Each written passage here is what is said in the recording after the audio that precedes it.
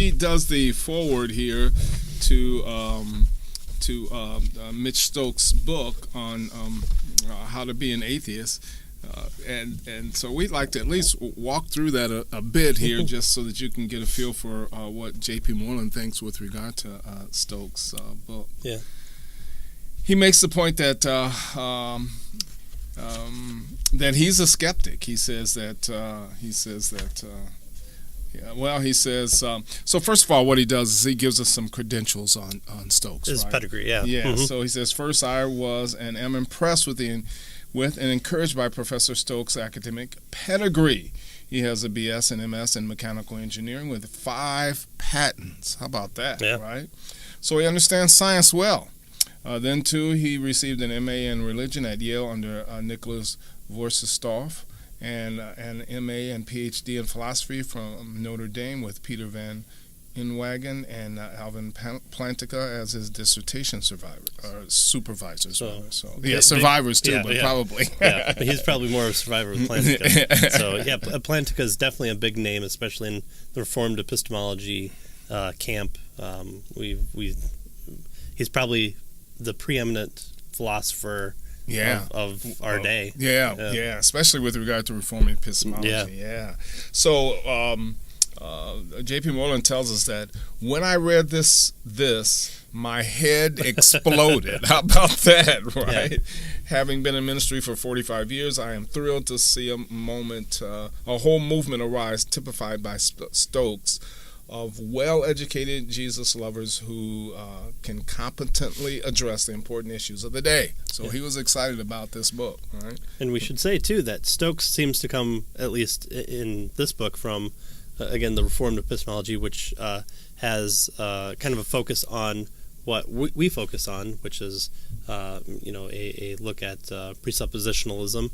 But J.P. Moreland is kind of on the other side of the issue. Yeah, other side of the issue in the sense that he's more of an evidentialist. He's using kind of a shotgun approach to say, here are scientific data to prove God exists or the possibility that God exists. So it's an interesting person to have be the forward to his book. He says, when I got this manuscript, I literally could not put it down. I spent the day reading the entire work, he says. Wow, so that's, exciting stuff, right? This is the second time we've read it, and the first time we read it, Stokes is a funny guy for a philosopher. Yeah. In fact, he is. He makes kind of all kinds of little quips and jokes. So this isn't a dry book. So this is one that's it's definitely thought provoking. It's not your typical. If they still had family Christian bookstores, this isn't something that you find on the front shelf. But this is definitely a book that's has a lot of good value to it. Yeah, good. Yeah, he says. This book gives the reader an education in a number of important areas, and it teaches us how to think. So that's an interesting endorsement there with regard to a book, right? Time and time again, Stokes takes angles on an issue that is different, insightful, refreshing, and his research is exemplary. So Moreland likes his book. He thanks him at the end here for doing the hard work that made it possible to write this book. And he's happy to see it published. So he tells everybody to read it, study it, right, and ponder what he says. Yeah. You'll be the better for it. So it'll be interesting to see where the two camps go from here. I think we see with like Frank Turek, we see his utilization of practically presuppositionalism in his public debates, or not so much his debates, but his I guess he's done that one, the Unbelievable podcast.